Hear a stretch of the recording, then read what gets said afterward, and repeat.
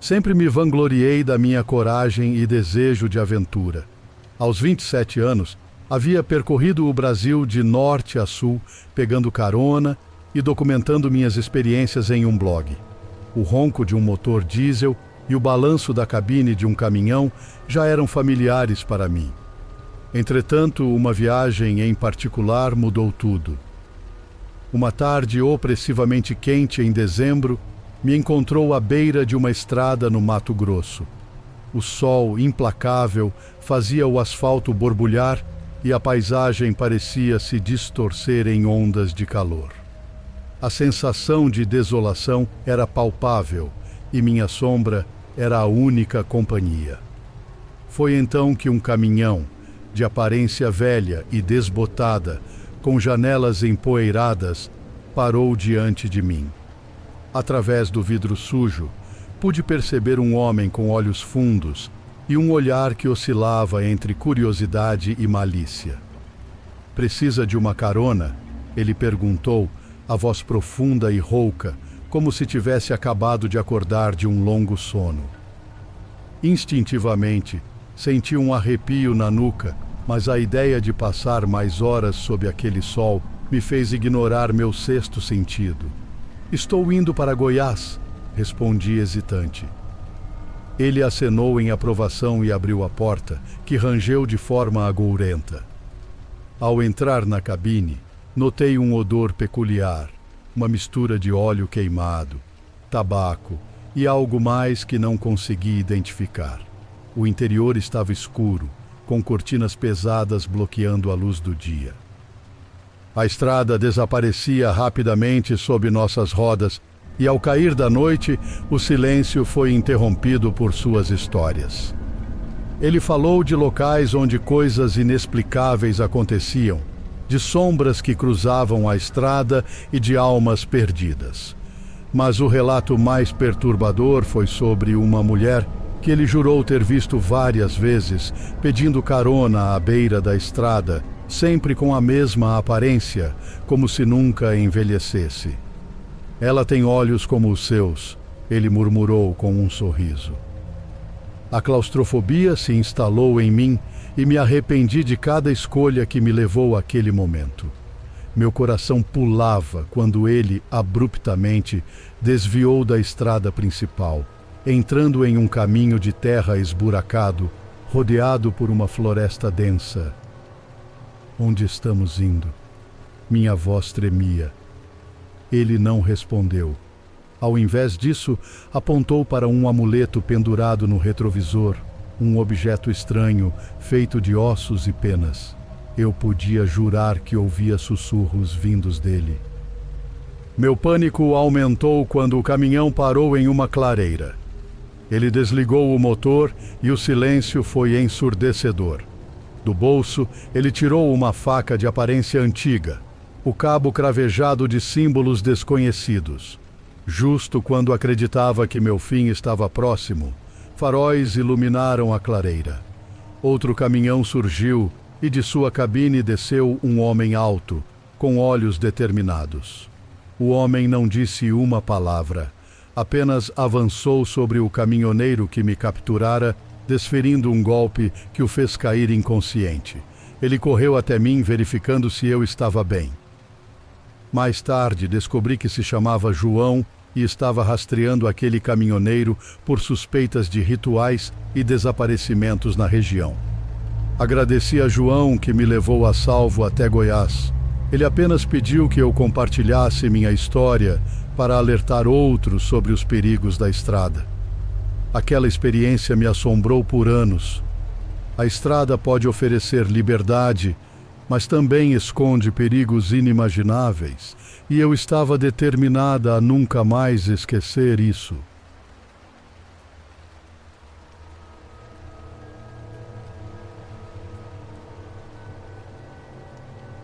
Eu era um caminhoneiro, pelo menos costumava ser. Cruzei este país tantas vezes ao longo dos anos que comecei a sentir que conhecia a terra como a palma da minha mão. Pensei que tinha visto praticamente de tudo, mas estava enganado. Algo aconteceu na minha última rota que me fez sentir como se estivesse enlouquecendo ou tivesse visto algo que serve como um sinal de alerta para todos nós. Não apenas para caminhoneiros, mas para qualquer pessoa que viva neste continente. De qualquer forma, nunca mais conseguirei me aproximar dessa região. Através das estradas do Mato Grosso do Sul, a caminho de Bolívia. Eu tinha saído de São Paulo no dia anterior com uma carga de produtos agrícolas, uma rota típica para mim que já fiz centenas de vezes. Era o início do segundo dia da minha viagem. Saí do posto de caminhões por volta das 4h15 da manhã e já estava dirigindo por cerca de 1 hora. Ainda estava escuro lá fora e quase não havia ninguém na estrada. Me vi em uma das longas e planas retas no meio do nada, quando de repente um dos meus pneus estourou. Não era a primeira vez que isso acontecia, então eu sabia o que fazer e levei o caminhão para fora da estrada, parando com cuidado. Fiquei chateado com isso, pois sempre me certificava de que meus pneus estivessem em boas condições. Mas infelizmente, às vezes, as coisas simplesmente acontecem. Acionei os sinais de alerta e saí para colocar refletores no acostamento e verificar os danos, para ver se eu poderia consertar sozinho ou precisaria de assistência na estrada. Como suspeitava, o pneu estava totalmente destruído, mas eu tinha um estepe e tudo o que precisava para trocá-lo. Estava prestes a perder algumas horas do meu tempo e o vento da noite soprava forte e frio. Pensando melhor, decidi que, mesmo tendo uma lanterna grande, deveria esperar pelo amanhecer, pois não estava longe. Enquanto esperava, resolvi fumar alguns cigarros para me acalmar.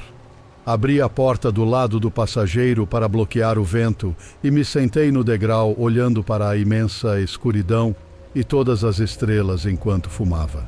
Estava incrivelmente silencioso. Fumei vários cigarros e, quando terminei, simplesmente joguei as pontas na vegetação ao redor. Admito que foi uma coisa irresponsável a se fazer, mas logo recebi minha punição. Uma grande rajada de vento veio e bateu a porta bem no meu rosto. Não tive tempo de desviar, então fui atingido em cheio. Pior ainda, eu estava com um cigarro aceso na mão enquanto tentava evitar a porta, e ele acabou sendo empurrado para os meus lábios, causando uma queimadura desagradável. Empurrei a porta para longe de mim e tropecei no acostamento, xingando. Pensei que essa viagem estava terrivelmente mal. E então, para piorar, outra rajada de vento gelado veio do nordeste, como se estivesse apenas adicionando insulto à injúria. Virei-me para sacudir o punho em direção ao vento, pois não havia mais nada que eu pudesse fazer, quando vi algo no horizonte. Parecia uma pessoa, mas estava brilhando, caso contrário, não teria conseguido vê-la na escuridão. Sua mera presença me deu calafrios.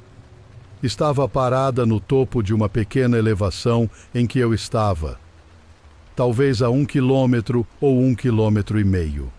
Era pequena, mas eu ainda conseguia enxergá-la quando piscava os olhos. Ela estava, na verdade, no meio da estrada. Continuei observando enquanto ela levantava a mão no ar, segurando algo que parecia uma lança.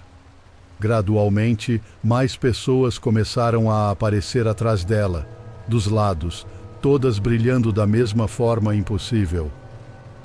Estavam todos acenando objetos no ar. Deve ter havido umas 30 ou 40 pessoas no total. Finalmente, ficou claro que eles estavam me ameaçando com suas armas, lanças, machados e arcos. Naquele momento me senti paralisado. Um rugido imenso ecoou do exército enquanto todos corriam na minha direção de uma só vez. Qualquer distância entre nós seria superada em questão de minutos. Sua velocidade era sobrenatural, quase inumana. Em pânico, senti que a única coisa que poderia fazer era subir na cabine e me esconder. Mas, quando subi e tentei abrir a porta, percebi que tinha trancado a mim mesmo do lado de fora e as chaves ainda estavam na cabine. Eu me culpei por ser tão burro, mas nada impediria esse exército de fantasmas de se aproximar de mim. Virei-me para enfrentá-los, pensando que, se eu fosse morrer, não morreria fugindo ou me escondendo. Enfrentaria meu destino de frente. Em questão de momentos, eles estavam a poucos segundos de distância. Corriam pela terra como o próprio vento, gritando gritos de batalha e prontos para me despedaçar com suas armas primitivas. Minha epifania veio nos últimos momentos. Essas eram almas perdidas dos nativos que morreram defendendo esta terra, que significava tudo para eles, mas nada para mim. Apenas uma extensão interminável de poeira e arbustos para pavimentar uma estrada e dirigir sem nem parar para apreciar. Quase pensei que merecia isso, mesmo que não tivesse feito o assassinato ou a pavimentação, fiz a condução sobre suas sepulturas repetidas vezes. Me perguntei por que eles estouraram meu pneu. Mas então Deus chegou com o nascer do sol. E quando a primeira luz do dia tocou seu brilho oco, todos evaporaram em uma fina névoa, a névoa matinal mais etérea que existe. Um vento forte me atravessou, quase me levando junto. Fiquei ali parado e observando o nascer do sol, até que um caminhão passou apressado e me tirou do transe. Naquele momento, pela primeira vez, pensei comigo mesmo: que barulho horrível isso é!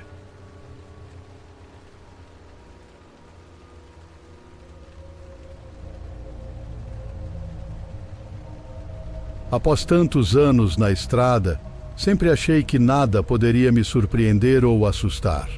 Viajei por todas as regiões do Brasil, pelas mais diversas estradas, mas uma noite, em uma rodovia pouco movimentada de Minas Gerais, minha confiança e coragem foram postas à prova. O sol já havia se posto, e a estrada se estendia infinitamente diante dos meus olhos, apenas iluminada ocasionalmente pelos faróis do caminhão. As árvores de ambos os lados criavam um túnel sombrio, tornando a paisagem ainda mais solitária. Meu rádio, companheiro de tantas viagens, começou a falhar. Toda a estação que sintonizava era apenas estática. Até que uma melodia antiga, uma valsa, emergiu de entre as interferências. A canção soava triste e de alguma forma familiar. À medida que avançava, notei uma luz fraca à distância. Era um posto de gasolina, velho e desgastado, mas uma ilha de civilização naquela estrada deserta. Decidi parar para esticar as pernas e tomar um café. O lugar parecia abandonado. O único sinal de vida era uma lâmpada piscante e a música que saía de um rádio antigo sobre o balcão. A mesma valsa que escutara minutos atrás. Ao entrar no estabelecimento, fui recebido por um senhor de idade, de pele enrugada e olhos fundos, quase escondidos sob grossas sobrancelhas. Ele não falou nada, apenas acenou em direção ao café. Enquanto bebia o café, que mais parecia água suja, o velho me observava intensamente. Sua postura rígida e olhar penetrante me deixaram desconfortável. Tentei puxar conversa, perguntando sobre a estrada e a valsa que tocava. Ele apenas sussurrou que aquela música era especial, que contava uma história da região, uma história de amor e morte. Curioso, pedi que ele me contasse. Há muitos anos, disse ele, um jovem caminhoneiro se apaixonou por uma moça da região.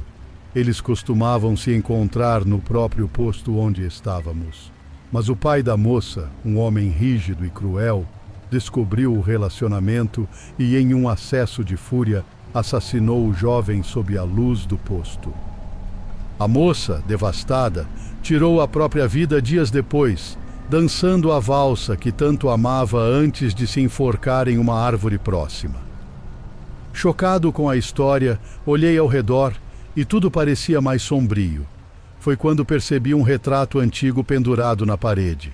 O jovem da foto, o caminhoneiro da história, tinha uma semelhança assustadora comigo. O velho notou meu olhar fixo no retrato e soltou uma risada rouca. Vejo que notou a semelhança. Muitos dizem que vocês são parecidos. Mas não se preocupe, ele está em paz agora. Desesperado para sair daquele lugar, paguei rapidamente e voltei para o caminhão. Mas ao dar a partida, o motor se recusou a pegar. Foi então que, pelo retrovisor, vi uma silhueta feminina sob a árvore próxima, dançando ao som da valsa. Em pânico, tentei novamente e o caminhão rugiu à vida.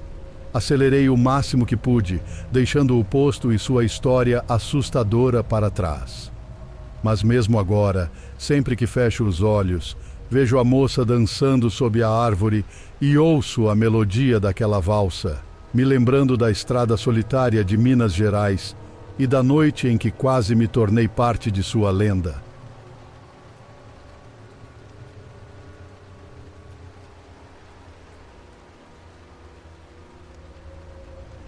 Quando comecei minha carreira como caminhoneiro, um veterano que conhecia em uma parada me disse para nunca revelar a ninguém o que estava transportando, não importando o quão valioso eu achasse que fosse, ou mesmo que não fosse.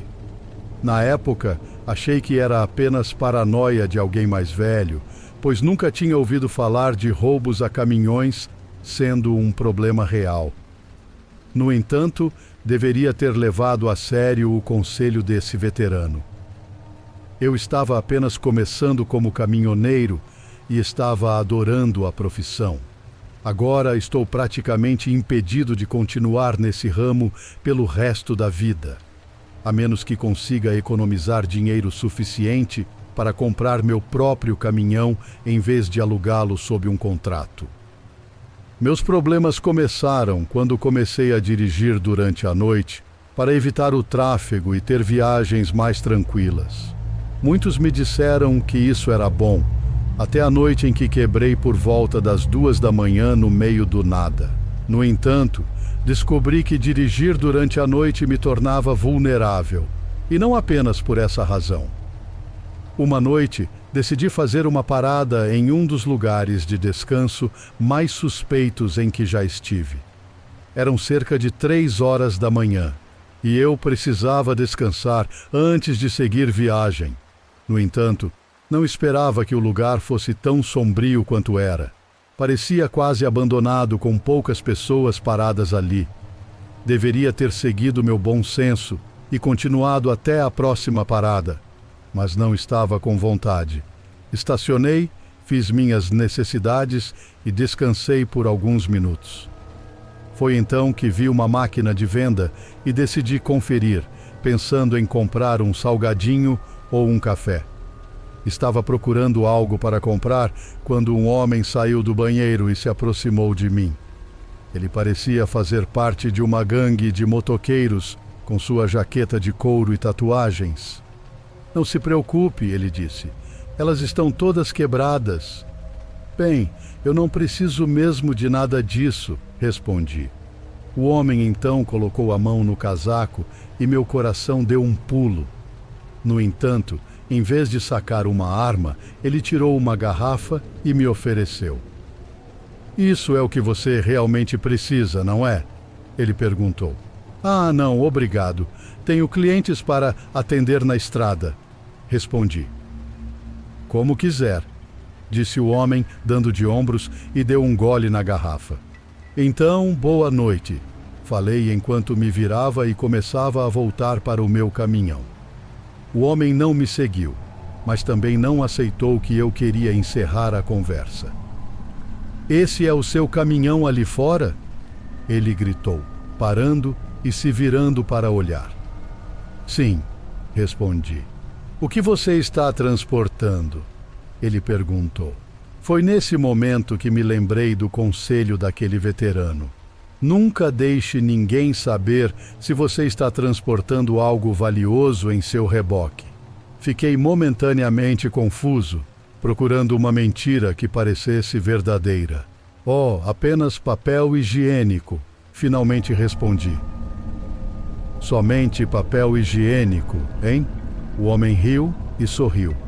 Pela expressão em seu rosto, eu sabia que ele percebia que eu estava mentindo. Isso não vale mais tanto quanto costumava valer, acrescentou. Sim, respondi desconfortavelmente, me virando e voltando para o meu caminhão. Boas viagens, ouvi o homem dizer por cima do ombro. Entrei no meu caminhão e parti imediatamente. Tinha um pressentimento ruim sobre toda aquela situação e sabia que poderia estar reagindo tarde demais, mas precisava seguir em frente de qualquer maneira, porque eu estava mentindo. Eu não estava transportando papel higiênico. Estava carregando diversos medicamentos para uma empresa farmacêutica, muitos dos quais valiam muito dinheiro no mercado negro, como opioides, anfetaminas e até insulina, que neste país é muito cara. Infelizmente, minha pressa em sair de lá pode ter dado a entender que eu estava transportando algo que valia a pena roubar. Eu nem havia concluído minha entrada na estrada quando uma motocicleta se aproximou na minha frente e começou a frear bruscamente. Pela jaqueta, percebi que era o mesmo cara com quem havia conversado, mas agora ele estava usando um capuz. Ele acreditava que eu não o atingiria e arriscaria matá-lo, e ele estava certo.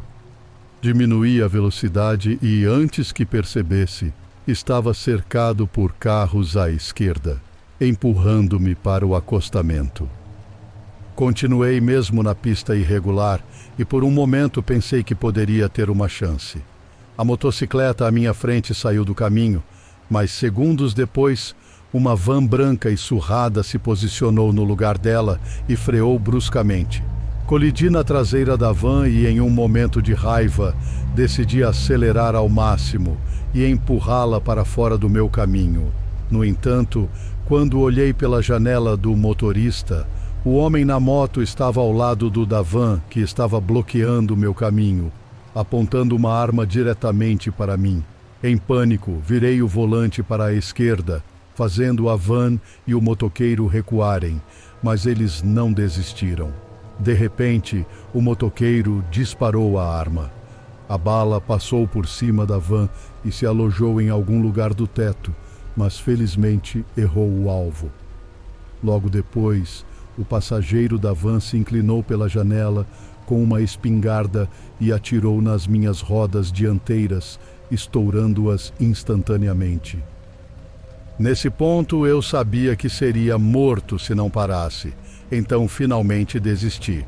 Parei e levantei as mãos, ciente de que o que estava prestes a acontecer não seria bonito.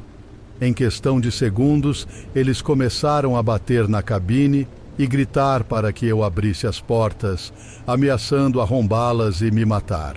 Todos estavam usando máscaras, escondendo completamente suas identidades, então eu sabia que não adiantaria tentar dar uma boa descrição deles. Observei e destranquei as portas. Fui arrancado da cabine pelo motoqueiro e jogado no chão. Consegui ver minha câmera de painel sendo destruída antes que a surra começasse. Vários deles partiram para cima de mim com cacetetes, socos e chutes.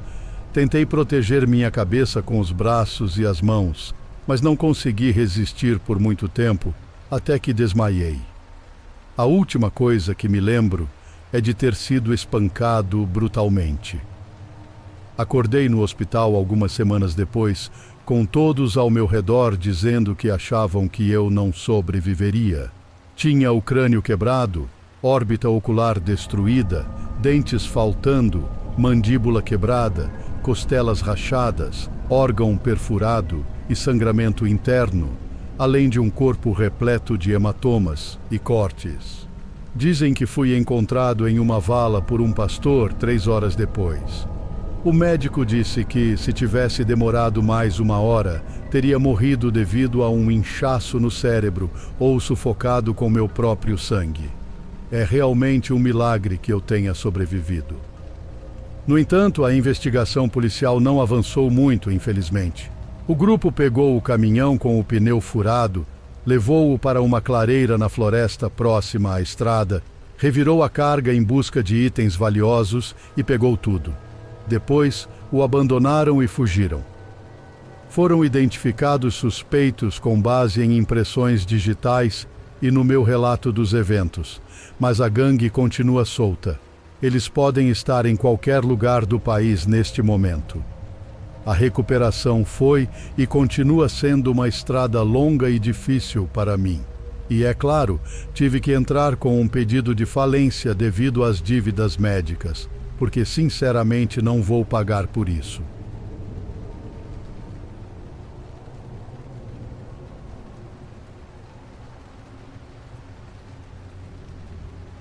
Quando comecei a dirigir caminhões há 20 anos, o mundo parecia mais simples. No entanto, o que aconteceu em uma noite na BR-116 me fez perceber que há coisas que a luz dos faróis não consegue iluminar. Era outubro, o mês em que as histórias de assombração ganham vida. A BR-116, que atravessa boa parte do Brasil, sempre foi conhecida por seus trechos complicados e suas histórias estranhas, mas eu sempre ri delas, até aquela noite. Dirigia em um ritmo constante, escutando um programa de rádio sobre caminhoneiros. Lá pelas tantas, um ouvinte ligou contando uma lenda urbana de um caminhoneiro que havia perdido a vida em um acidente e que, agora, vagava pela estrada, pedindo carona para motoristas desavisados. De acordo com a lenda, quem o pegasse nunca mais seria visto. A história era assustadora, mas acostumado com longas noites na estrada, dei uma risada e continuei minha jornada. Algumas horas depois, o rádio começou a falhar. Uma estática pesada se instalou, interrompendo a programação.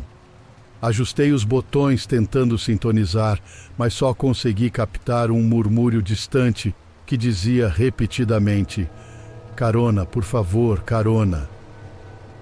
Desliguei o rádio, atribuindo o ocorrido à má recepção. Já era quase meia-noite, quando no trecho mais solitário da estrada, vi um vulto à beira da pista, um homem com roupas sujas e rasgadas acenando desesperadamente. Hesitei. A história do rádio ainda ecoava em minha mente, mas minha consciência falou mais alto. Parei o caminhão e abri a porta para o estranho. Ele entrou sem dizer uma palavra. Ele tinha uma aparência cansada, barba e olhos vazios. Quando perguntei aonde ele ia, ele apenas murmurou: "O mais longe possível." Suas mãos estavam frias e uma sensação desconfortável preencheu a cabine. Conforme dirigia, tentei puxar assunto, mas ele falava pouco, respondendo apenas com murmúrios. Horas pareciam se arrastar. A estrada à frente parecia interminável e a paisagem nunca mudava. A mesma árvore, a mesma curva, como se estivesse preso em um loop infinito. Então ele falou, sua voz soando como um eco distante: "Você não deveria ter parado." Senti um calafrio na espinha. Olhei para o lado, mas ele não estava mais lá. Em seu lugar, apenas um velho jornal, datado de 10 anos atrás, com a manchete de um trágico acidente envolvendo um caminhoneiro na BR-116. O caminhão de repente se tornou difícil de controlar. Os freios falharam e a direção estava travada. Em desespero, forcei o volante, tentando manter o caminhão na pista, mas ele derrapou, indo em direção a um barranco. Quando despertei, estava deitado na beira da estrada, os primeiros raios de sol iluminando a paisagem. Meu caminhão estava a alguns metros de distância, intacto. Levantei atordoado, tentando entender o que havia acontecido. Uma caminhonete parou ao meu lado e um homem desceu. perguntando se eu estava bem. Relatei a ele o que havia acontecido e ele me olhou com uma expressão preocupada. Ele me contou que muitos caminhoneiros relataram experiências semelhantes naquele trecho da BR-116. Histórias de caroneiros fantasmas, loopes temporais e acidentes inexplicáveis. Ele aconselhou que evitasse aquele trecho à noite e que sempre mantivesse a fé, pois a estrada tinha seus próprios demônios. Agradeci o conselho e continuei minha viagem, ainda atordoado. Hoje evito a BR-116 sempre que posso, e quando ouço histórias de assombração, não dou mais risada. Existem coisas que a razão não explica e sombras que a luz não dissipa. E às vezes, na solidão da estrada, elas vêm à tona, lembrando-nos de que nem sempre estamos sozinhos.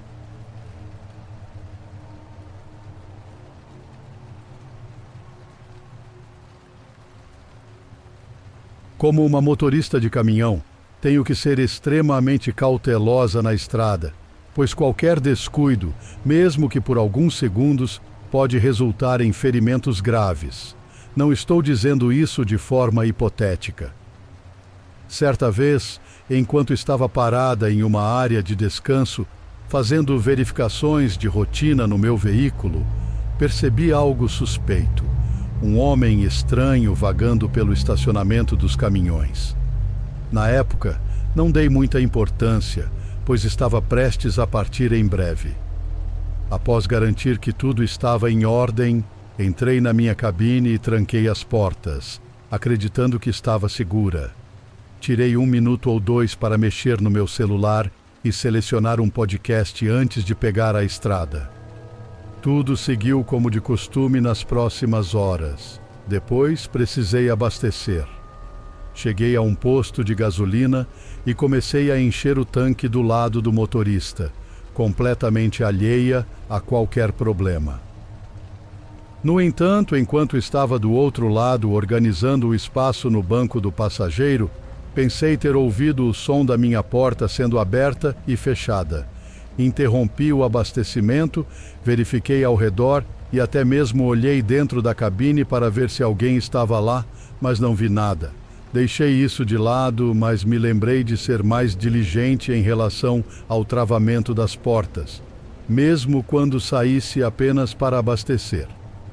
Após concluir o abastecimento, entrei na loja para comer algo e usar o banheiro. Voltei à estrada e tudo estava bem até alguns quilômetros à frente. De repente, senti uma lâmina fria e afiada pressionando minha garganta e uma mão suja apertando meu pescoço. Meu coração afundou. E de repente, não conseguia ver nada além do que estava à minha frente. Então, uma voz masculina sussurrou no meu ouvido: "Desligue o rádio e encoste o veículo." Naquele momento, eu só queria entender o que fazer. Obedeci às ordens dele, pois não podia pedir ajuda pelo rádio e não conseguia alcançar o celular no meu bolso. Manobrar perigosamente na estrada também não resolveria. Sabia que havia algo na cabine que poderia me ajudar, mas precisava encontrar uma maneira de alcançá-lo. Enquanto estacionava no acostamento e ligava os pisca-alertas, o homem agarrou meu rosto e me forçou a olhá-lo nos olhos. Foi quando percebi que ele era o mesmo homem suspeito que tinha visto na última área de descanso. De perto, ele era ainda mais repulsivo, mas estava determinado a me atacar. Ele deve ter se escondido sob o meu caminhão e viajado por mais de 115 quilômetros antes de entrar sorrateiramente enquanto eu estava abastecendo. Agora, ele achava que finalmente conseguiria o que queria. Ordenou-me que subisse na cama com ele e não tentasse nada. "Preciso que você esteja viva. Você só precisa estar quente", disse com um sorriso doentio.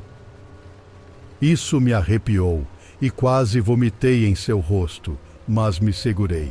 Ele agarrou meu braço com a mão livre. e manteve a faca próxima à minha garganta enquanto tentava me arrastar em direção à cama. Sabia que havia um degrau para subir, então, aproveitando minha posição mais baixa que a dele, tomei uma decisão. Agarrei a mão dele que segurava a faca e dei um chute na virilha. Em seguida, o puxei pelo braço e o joguei sobre minha cabeça. No último momento, virei-me de lado e o chutei para longe, fazendo-o cair no assoalho do banco do motorista, enquanto eu aterrissava no banco do passageiro. Antes que ele pudesse se levantar, abri o porta-luvas e peguei minha pistola de 9mm, que estava carregada e pronta para uso, desligando o seguro instantaneamente. Eu sei que é ilegal, mas foi a única coisa que me salvou naquela noite. Apontei a arma diretamente para ele e ordenei que saísse do meu caminhão. Ele se recusou a largar a faca, mas levantou as mãos e começou a sair pela porta. Segui-o para fechar a porta atrás dele, mas no último segundo, ele a agarrou. Caí de volta no banco, deixando a pistola no assoalho, porque minha reação instintiva foi segurar a porta com ambas as mãos. Ele relaxou em uma espécie de cabo de guerra, e eu sabia que ele poderia vencer essa disputa. Foi nesse momento que uma ideia interessante me ocorreu. Eu soltei completamente a porta e a chutei aberta. Ele perdeu o controle e foi arremessado em direção à estrada, mas nunca chegou a tocar o solo. Um carro estava passando em alta velocidade exatamente naquele momento, e o agressor colidiu diretamente no para-brisa de um carro de um espectador inocente. Tudo aconteceu em um instante, e eu me levantei para assistir o carro se desgovernando e, graças a Deus, parar sem causar mais acidentes. O agressor ficou gravemente ferido no impacto, e o motorista do veículo, um rapaz de uns 20 e poucos anos, estava muito abalado. Provavelmente ele estava bastante traumatizado, mas quando eu disse a ele que ele atingiu um sujeito mau e não um caminhoneiro comum, ele pareceu aceitar a situação. Infelizmente, perdi completamente meu emprego por causa dessa situação e acabei desempregada durante todo o período de lockdown. Ainda estou tentando encontrar outra empresa para conseguir um novo contrato de transporte, mas tem sido difícil devido ao meu histórico. Minha família diz que eu deveria buscar um trabalho mais seguro, longe do caminhão, mas eu não quero que esse incidente arruine minha carreira. Foram 15 anos como caminhoneira e este foi o único deslize que cometi, e nem teve a ver com caminhões. Foi apenas porque algum sujeito pensou que eu estava vulnerável.